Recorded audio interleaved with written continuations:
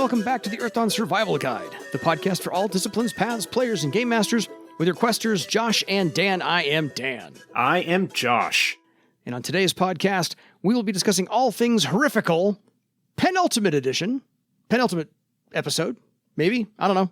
We'll get somewhere in there eventually, but we got 2 episodes left of the major baddies from the horrors book. So if you have any questions for us, please feel free to drop us a line at edsgpodcast@gmail.com, and we will answer those questions in a later podcast.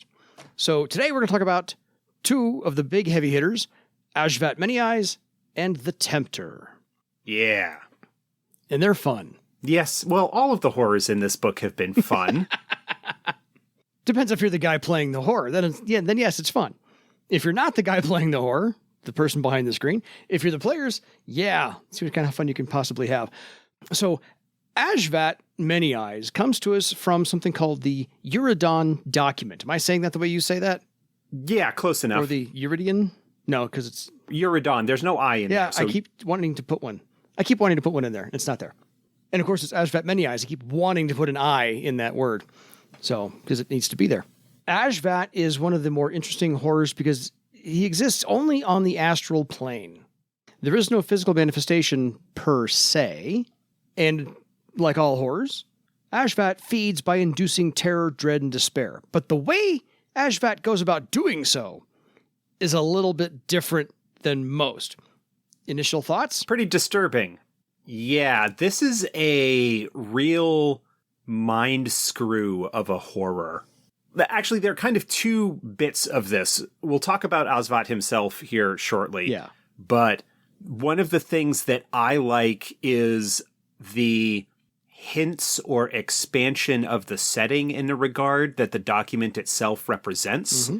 There's the little intro from one of the archivists at the Great Library, which reveals some of the history of this document and how it is somewhat controversial in some respects because it is actually written and kind of alternates at semi-random between 3 different written languages. Mm-hmm.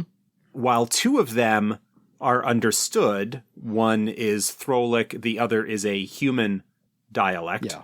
The third has never been identified or translated. The most popular theory is that those stretches are actually in the language or a language of the horrors themselves. Mm-hmm. And after some of the researchers that were working on the original document were discovered to be involved in some serial murders or something like that, the document was suppressed by the king. Yes. And the only reason that it is being included in here was on the understanding that the mysterious language sections were cut out and are not included. So even if you don't actually bring Aazhvat himself into a game, the idea that there is this document, this mysterious, corrupted, mysterious, I said that twice, didn't I? Book, it plays a little bit into the Lovecraftian ideas of books containing forbidden knowledge or knowledge that will drive people mad. Oh, yeah. Which is also something that Aazhvat itself does quite extensively. Yeah. It's kind of like the Earthdawn version of the Necronomicon. Sort of. The Eurydon Document is probably not a full book, but it still plays into those themes. Yeah. So it's nice. I liked it since this is the opening volley in the horrors book. Since we've not been doing it in the order of the book, we've been bouncing around. I find this, to your point, this is nice to kind of help set more of the scenery and the setting of Earthdawn around people's ideas of this is how influential the horrors can be. Just reading their language can corrupt you. Yeah, and this is actually the first entry in the book. This is the first essay about one of the horrors in there. I mean, it does a pretty good job of establishing the tone and the style that you are going to be encountering throughout the rest of this volume. We're kind of covering it late because of the organization that we decided to go with. Yeah. But after the basic introduction, this is the first one that we encounter, and it's a doozy in its way. It is. Aazhvat is not to be trifled with. So here's kind of the way Aazhvat works. he maintains a psychic manifestation once he's marked you through whatever means that is, because he never communicates directly with a victim. And once he's got the horror mark on you, how it feeds by inducing the terror, dread, and despair that all horrors do is it basically overlays onto mundane objects, just eyeballs, seemingly watching you, and usually on something circular. So it could be a mirror, a spoon, if you've got a circular spoon. It could be a shield, anything circular. So take a look around as you're listening to this now and look wherever you are and see how many circular things you can actually see. And then imagine if you were marked by Aazhvat, exactly how many eyeballs would be staring back at you and what kind of terror and dread and despair that would cause in you. That's how it works. Yeah. The way that it establishes the horror mark in the first place is that it has cursed items like shields or pot lids or things like that, relatively mundane, circular or oblong items. There are a limited number of them that it can have marked in this way, but simply by looking at one of these items acts as a conduit for the horror to be able to mark you. Even if Aazhvat itself is not nearby, beholding that cursed item is what opens that conduit. And then once it has marked you... You just get that all the time. Yeah, you just get that all the time. And the paranoia and madness that comes about from the constant feeling of being watched and glimpsing these inhuman eyes staring at you periodically from these various places, which other people do not notice or see, is definitely something that over the course of time will drive someone mad, to the point of even buttons or coins or anything that could potentially house the image of one of these eyes in it. I mean, the camera I'm looking into could be an eye. The microphone, the pop screen I'm talking through right now could be an eye. Anything circular. It's just, right. They are everywhere.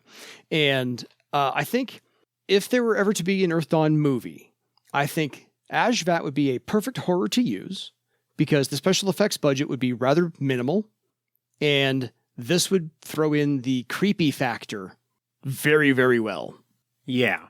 Actually, the essay itself kind of ends on a wonderful classic short story twist where being driven mad by the perpetual appearance of these eyes to the point that even people that he is passing in the street, their eyes reflect the eyes of the horror occasionally. He goes and blinds himself. He takes out his own eyes in order to try and prevent that. And it ends with for though I had destroyed both my eyes, I could still see. Reminds me of old sci-fi movie called X, The Man with X-Ray Eyes. The premise of which, if I'm recalling correctly, involves a guy who is involved in some kind of accident while doing an experiment and can see through things. As the story progresses, he is able to see more and more, starting to see beyond the veil of reality. And it does end with him taking out his own eyes. Yeah. According to what I recall from reading about this, the original script had him proclaiming at the end that he could still see, although that was not a line that made it into the final edit of the movie. Cut. Yeah. That's a very similar idea there. Plays into the idea of once you have glimpsed the madness-inducing secrets of the universe, that there is nothing that you can do to unsee them. That forbidden knowledge, once gained, is forever yours. No, I like the whole essay, every part of it, because like I said, it's kind of a short story. And there's a secondary short story, and it has that twist ending, and it lays out the horror very well, because as we've said, there's some very overt horrors and some very subtle horrors, and this is kind of both again. It blurs that line. You can work them in subtly, but once it's there, it's pretty overt. And to what you said earlier, I'll follow up on, Aazhvat only maintains about 13 cursed objects throughout all of Barsave. And so for those of you who are triskaidekaphobics out there, 13 is supposed to be an unlucky number. Take that for what it's worth. But his psychic manifestations are usually in areas that are adjacent to highly polluted areas of astral space. So primarily the Badlands, perhaps Parlingth, perhaps some ravaged cares that are still tainted with astral pollution in there somewhere. And so that's where you kind of want to watch out if you know. But if you don't know, you don't know. And it's not like the items that he has imprinted in this way need to be significant or notable in any respect. They can be a relatively mundane object. And it is simply by beholding them. When somebody turns their gaze upon one of these, Aazhvat will use its corrupt reality power, which is one of its sort of core abilities, to make its eye appear in that surface. And it is at that moment that it has the opportunity to mark the individual. If the individual does not avert their gaze right away, it's even more likely it gets a bonus to the horror mark test. Because the horror mark is exceedingly difficult to break. Right. As long as the object that you beheld is still in existence and imprinted with Aazhvat's essence, is still cursed by it, you can't get rid of the mark. In the sense that Aazhvat doesn't need to be near you in order to refresh the mark when it expires after the sort of traditional year and a day. You can't run however far you might go. It is always able to continue to have this effect on you. Which is, again, another aspect of this horror that is a little bit madness-inducing. Because some horrors, many horrors, if you can get outside of their range and get away from them, then there is a possibility that you might be able to escape eventually. Not so with Aazhvat. If you manage to figure out which item it was that was the initial conduit, and you destroy it, then the mark just turns into a standard horror mark, which Aazhvat is then able to renew if it is within several miles of you. I think it's 10 miles is what it says in the text. Book. Because even after the corrupt reality power, and then after the horror mark, it has this karma drain power. Yes, one of the fortunate things about Aazhvat is that marking one of the items, imprinting one of the items to act as a conduit, costs it 12 karma points. And the only way that it regains karma is by draining them from a marked victim. It doesn't regain them on its own. Unfortunately, it doesn't really have a limit on how many karma it can have as a result. Yeah. In order to sort of maintain its supply of karma so that it can imprint new items when other ones are destroyed, it does kind of maintain a stable of marked individuals and needs to balance its desire to feast on their madness and despair and death and keep them alive long enough to top off its karma or to keep it fed in that regard. And then, of course, on top of all of that, it's also got spells equivalent to a Ninth Circle Nethermancer. Yeah, so not to be messed with a whole lot, which is why the legend point amount is probably so high. But the only way you can probably break the horror mark is to actually traverse into astral space yourself. And when you go to astral space, if you can go to astral space, and find Aazhvat, he is basically, his astral presence is a wet blob of blinking eyes that are roiling and bubbling. Because that's not disgusting enough as it is. That already gives me, like, shivers and spine tingles. I'm not good there. And then you need to fight it in astral space. Which is its home territory. And it has no limbs. Right. But uses spells exclusively, and very well, we might add. I mean, yes. Step 30 It's spellcasting? Come on. Step 30 spellcasting in the first edition book, yeah. The advantages are that it has a kind of low initiative.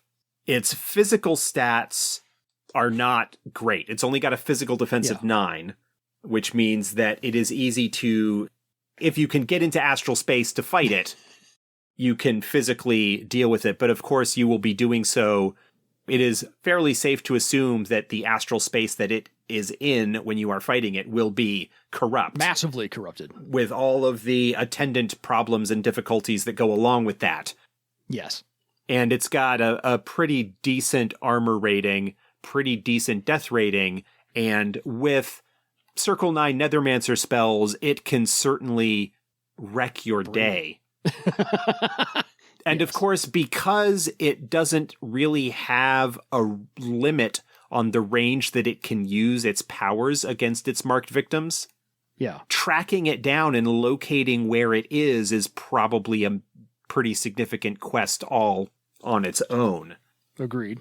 So, yeah, Aazhvat is kind of surreal and madness-inducing, and I'm thinking of, if you haven't seen it, first off, just in general, highly recommended, the John Carpenter movie In the Mouth of Madness with Sam Neill. It plays into the ideas of one's sense of reality breaking down and one's sort of exposure to surreal madness and whatnot is really turned up to 11. There's kind of more going along with that, but some of the themes and the imagery and the stuff that happens with that in terms of the blurring between reality and one's experiences and one's perception of it. So the basic premise is Sam Neill plays this investigator who is investigating the disappearance of this popular horror novelist. Makes Stephen King look like whatever. Pee Wee Herman. Yeah, and goes to investigate, and things are like a little bit weird and whatnot, and then comes to discover that the most recent book that this writer has been working on, which is what he's been sent to find, because the publisher has hired him to go and find the writer and find the book, is breaking down the reality. By reading the book, you are shifting into the world that the book is describing and all of the weird, bizarre Lovecraftian stuff that's going on. But there's a moment where Sam Neill's character is trying to leave or something like that, and he's riding on a bus, and he falls asleep, and he dreams that he's talking to the writer. Like the writer is sitting there on the bus next to him, kind of talking about some of the weird philosophical reality bending stuff that plays in it. And then he kind of wraps up with, oh, by the way, did I ever tell you that my favorite color is blue? And Sam Neill's character wakes up on the bus and everything, like they put a blue filter over everything. And so everything is blue. And he like wakes up and it's like that. And he just like starts looking around and basically starts freaking out. Like it's that kind of sensation where just the reality, what you understand to be real, is no longer the case. And it's got one of the most interesting endings, I think, as well. It's a phenomenal movie. I highly recommend it. Probably one of my favorite John Carpenter films, and probably not as well known, I think, as it deserves to be, because it's in some ways a lot more like mental and cerebral than like the visceral nastiness of The Thing or the slasher pioneering of Halloween. Really, really highly recommended if you can track it. I have a quick sidebar about John Carpenter's The Thing. My game master was saying, yeah, we're going to try playing Pulp Cthulhu versus Call of Cthulhu, because our party kind of acts like Kurt Russell in Big Trouble in Little China versus versus Kurt Russell in The Thing. So we're more Big Trouble in Little China party than The Thing party. So anyway, had to share the story. It was funny. We got that one there. Any further thoughts about Aazhvat Many-Eyes? Because I think, as I said, if there were an Earth Dawn movie, this would be the horror I would use. Yeah, you could certainly make an interesting movie with him. There are a number of ways that he could come into play in an adventure or campaign, whether by having a higher circle group get exposed to one of its cursed items in which case they will need to be sort of directly dealing with the consequences of that and kind of needing to survive that experience and possibly track down and slay the horror.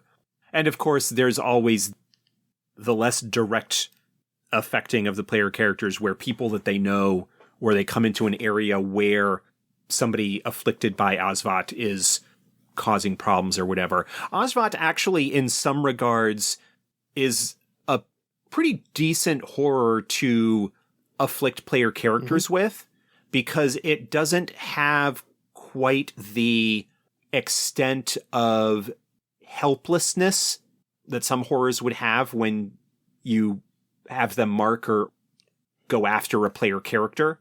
You know, if you have someone like Taint, for example, where the powers and what it does to a character can make them feel helpless or deprotagonize them to a certain extent because they can't trust their abilities. That isn't the case with Aazhvat. It's just a really bizarre, surreal kind of mind screw of a horror that they need to investigate and track down and slay. And so while it is difficult, and there is a certain amount of fear and uncertainty and difficulty that goes along with having that, I don't think that you necessarily need to be quite as careful with it compared to some other horrors when you're going to inflict it upon a player character group. There's less ominous dread with Aazhvat. Well, there's plenty of ominous dread with Aazhvat. It's just not ominous dread that is also going to feel like the game master is messing with you. I'm not intentionally crippling that person, that character. It's not crippling your powers. It's a mental sort of situation. It reminds me a little bit of the Dreamstalker horror that I had in my first long-term game, where it was a horror that would like just show up and mess with the player characters, but not in any way that would directly hinder them or weaken them or anything like that. It just liked the sense of, I can show up and mess with you whenever I want to. And the low-grade paranoia and uneasiness that would go along with that for a little while. Yeah. Also reminding me a little bit of, with some aspects of like Chantrell's horror, in the sense that when it hadn't been heard from in a while, you start to relax, and then it shows up and reminds you that it's still around. It never left. That kind of situation. So yeah, Aazhvat is really cool if you want to do a surreal, reality-bending, target the player characters without hindering or making their powers suffer or anything like that.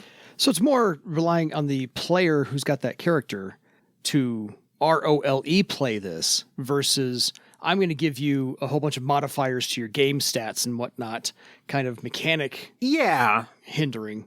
It's more just the sense that the game master can evoke that sense of uneasiness and fear and surreal dread by just messing with the sensory inputs that they are providing to the player by describing the area. Yeah, there's not any mechanical penalties necessarily that come into play by the horror doing its thing. It's just simply the fact that I am describing the world being really strange, and how do you cope with that? And that can be long lasting. You can start this off in the first couple of early circles just to get the idea in there and have that player character at that kind of level of unease, and then build upon that. And finally, when they're high enough circle, that they can figure out a way to go confront Aazhvat in its home territory in corrupted astral space, because you're at a disadvantage, maybe, to go take care of that and maybe, resolve that problem. I think Aazhvat is a beautifully done horror, like all the rest of them, and certainly needs to be used slightly more often by everybody, including myself. Yeah. I actually want to check something real quick. Time. Hold on. I was just checking whether the corrupt reality power showed up in the first edition Earth Dawn book.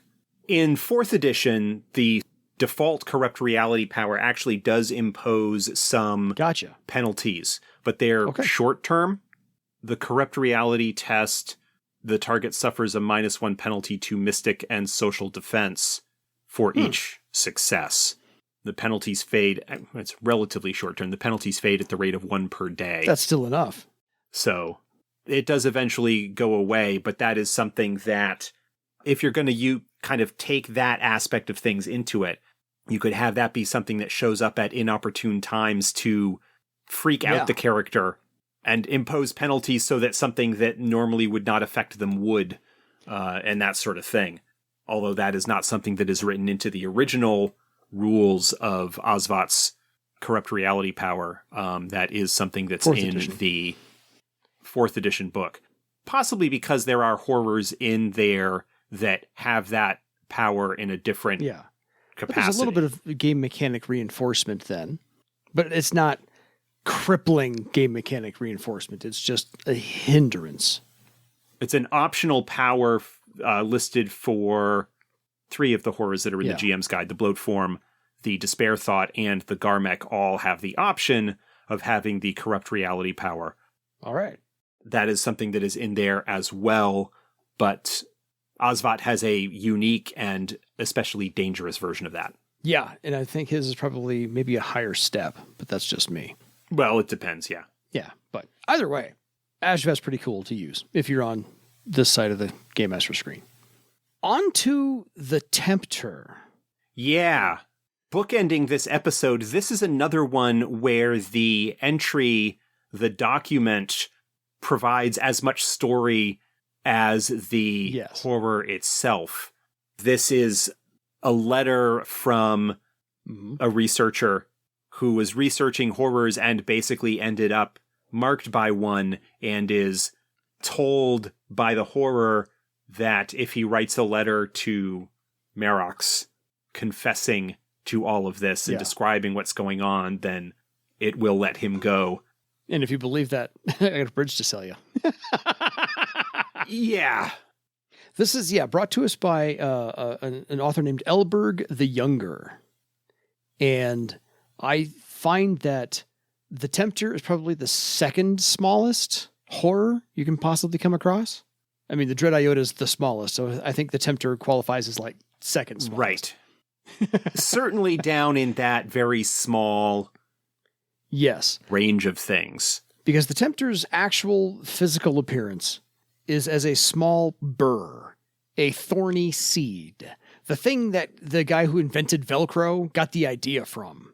Yeah. Those little sticky burrs stick to your clothes or stick to the fur of an animal in order to especially your socks. Yeah, your socks or whatever. If you're walking through the brambles, these things pop onto your socks and they stay there, which is where the guy got the idea to create Velcro from. Anyway, so basically it's this thorny seed, roughly the size of a shelled almond, and harming it physically is nigh impossible. And it can't run. It has no physical locomotion on the ground, but that burr can fly. Yes. When it wants to. So it can be aerial if it wants to get there. So just so you know, that kind of caught me off guard. I'm like, oh, that sucker's airborne. That's not a good thing. So there's that. And of course, the Tempter specializes in corruption of righteous name givers. It really wants to corrupt questers, light bearers, even though there's no 4th edition equivalent of light bearers, liberators, and other people who are very honor bound or have strong codes of behavior. Just cause. Yeah. The way that Tempter works is it finds an individual like this and latches on and marks them. Once it's marked them, it has the ability to communicate with them and offers suggestions. To begin with, those suggestions or ideas don't go against the victim's code at all. Yeah. Doesn't start off with like, oh, kill that person. Yeah. Not that overt. Yeah. It starts small. It starts with little things. But what it does is that it offers assistance in the form of karma boost. which is a power that it has, and will often early on offer that aid in order to further the noble goals and ideals of the victim. That child threatens to be crushed by that falling building. Well, I will give you the power and the strength to save them. Because I can see being the game master explaining for the first time exactly what kind of boost this is going to be. Oh, go ahead and roll your ability. And add 15 steps to that ability to get it done.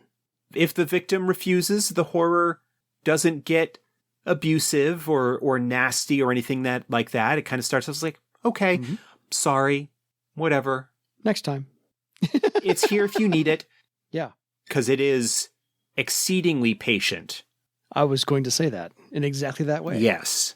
It will absolutely take its time, needle its way in, burrow in like the proverbial tick that it is, and just wait.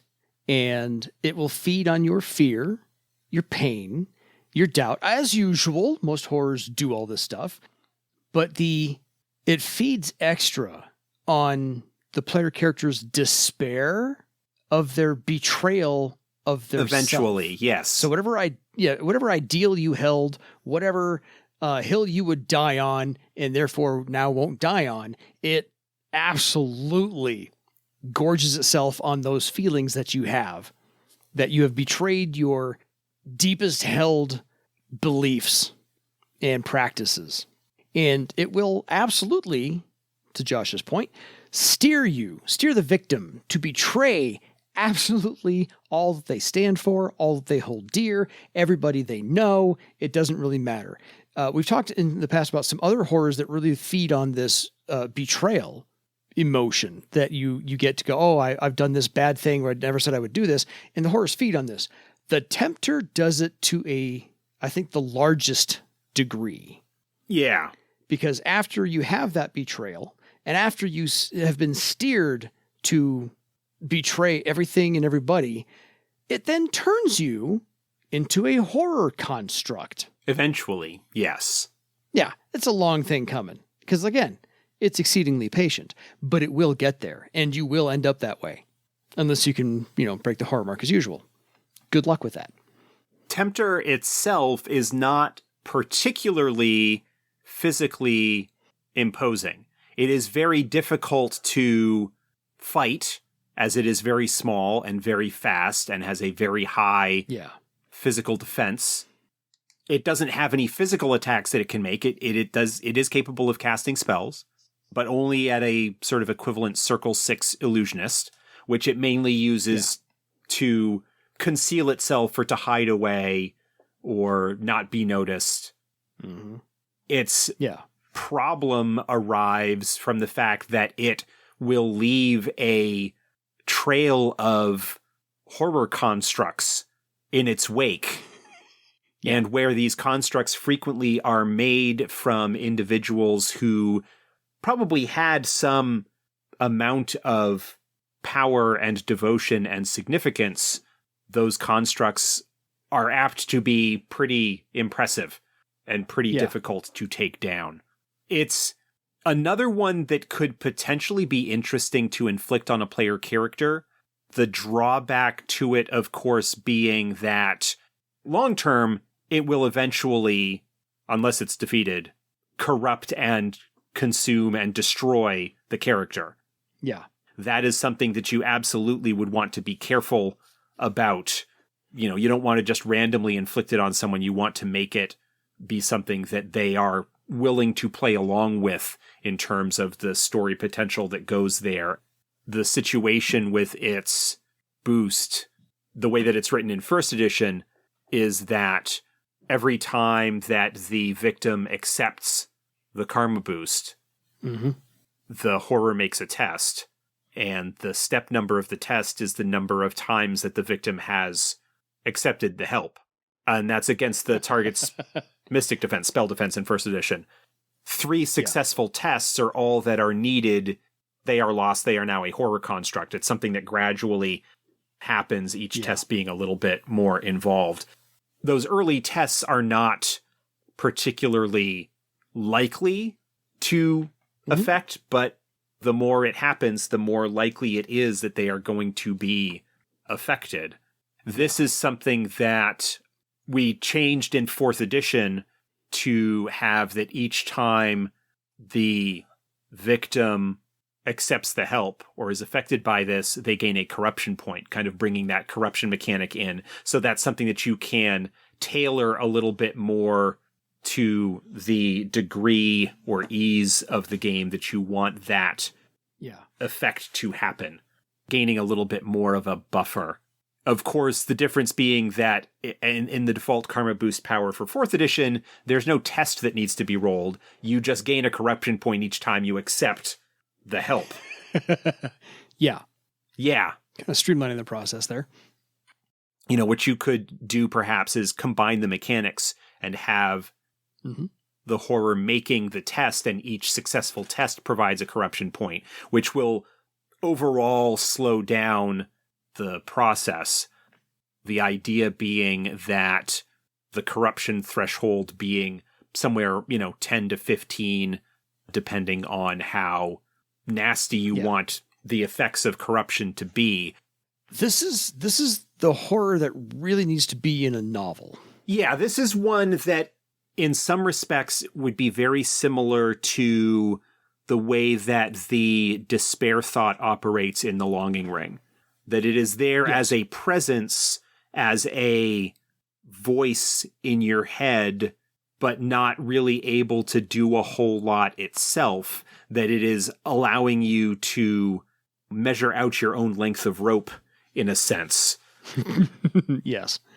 Because it is so difficult to find, then it can be very difficult to get rid of it. If you are able to locate it and drive it off, then you can escape its effects.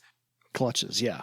I would play it where its horror mark and its ability to affect its victim requires it to be in fairly close proximity, and have that sort of be the weakness that you could use to perhaps escape it, if you can locate it and drive it off. But yeah, it's definitely something that could make for an interesting role-playing opportunity with a player that is interested in willing to go along with the story and role-playing potential that would come about as a result of using Tempter. Likewise, it is just as easy to have your group be following the trail of suffering and destruction that it leaves in its wake as a result of the constructs that it creates. This would give you the opportunity, especially in a higher powered game, to have reasons for some of those more powerful constructs that we talked about in the earlier episodes of this series. Oh, yeah. Shift and twist adepts or powerful questors or, anybody along those lines. Yeah, because it doesn't say what constructs it turns you into. So I think that's kind of at the game master's discretion a little bit, which I like. That's kind of, I can't say twist, but that's a neat little wrinkle to throw in there is, okay, so you're starting to do this, and then you tell the character, by the way, you're going to turn into X, Y, or Z. And that might, spur them on to solve this problem a little bit faster than they normally would. But that's just me. So I love the fact that Aazhvat should be in a movie because the special effects would be cool. But Tempter, really, if it were in a movie, the special effects would be a whole bunch of burrs and a voiceover. Well, yeah. So there really wouldn't be much in the way of effects. It would all just be voiceover sort of narration. Yeah. So I think Tempter works better in a novel because you can describe the finding of the burr and so forth and so on a whole lot better. Visually speaking, it's fine in a movie, but I think Tempter would work exceedingly well in a novel or even a series of books that Tempter finally gets more and more powerful as you go, and the corruption begins to get more and more deeper as you go as well, and the character begins to change a lot over the course of the novel. So I think Tempter is great for that respect, but these two are nicely paired in this episode, I believe. I don't have anything more to say on either of these. By mere coincidence. We didn't plan this. Didn't plan these two together. They just ended up that way. It's been nice to see how, like with all of the pairings, finding some kind of either contrast or similarity between them, some kind of thematic hook that we can talk about. Yeah. And that's sort of the case with these, where both of these are introduced through documents. I mean, all of the entries in this book have, a certain amount of unease or horror factor to them. But these two are a lot more personal in some regards. Agreed. Both of them are not physically imposing horrors.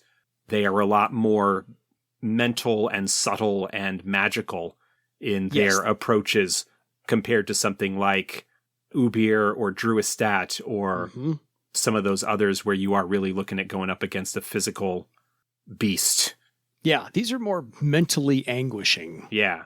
These are the more subtle and insidious horrors that can be very difficult and frustrating for a group that prefers to go in swords singing to defeat the enemy.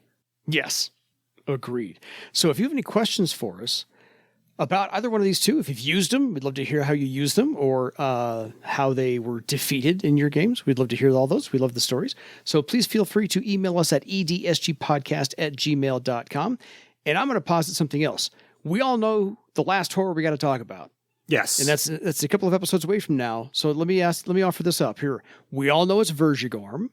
Give us your stories about if you've used Vergigorm, if Vergigorm won the battle, or how Vergigorm was defeated if you had a party go up against him. I want to know these things. Yeah.